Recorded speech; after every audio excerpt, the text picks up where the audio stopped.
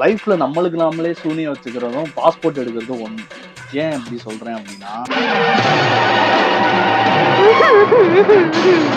ஏன்டா பாஸ்போர்ட் எடுத்தோம் அப்படின்னு சொல்லிட்டு இப்போ வர ஃபீல் பண்ணிட்டு இருக்கேன். சரி, நான் செவனே தானா போய்க்கிருந்தேன். யாரு வம்பு தும்புக்காச்சும் போனா விசிட்டிங்ல வேலை தேடி வந்து வேலை கிடைச்சிச்சு, ஓகே 2 வருஷம் வேலை பார்த்தீங்கன்னா ஊருக்கு போயிருங்க.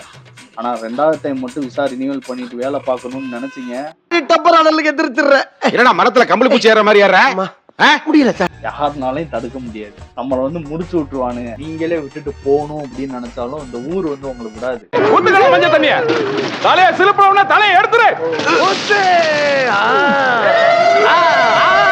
எனக்கு இப்ப என்ன தோணுது அப்படின்னா, நம்ம ஊர்லயே கம்மியான சம்பளம் இருந்தாலும் பரவாயில்ல, நிம்மதியா இருக்கணும் அப்படின்றது மட்டும்தான் மைண்ட்ல தோணிட்டே இருக்கு. இந்த இடம் இப்ப துபாயில இருந்து பூரா பேர் இங்க வந்துட்டாங்க, ஒட்டாமத்தை பூரா இங்க வந்துட்டாங்க, பூரா கம்பி கட்ட அனுப்பி இருக்கு.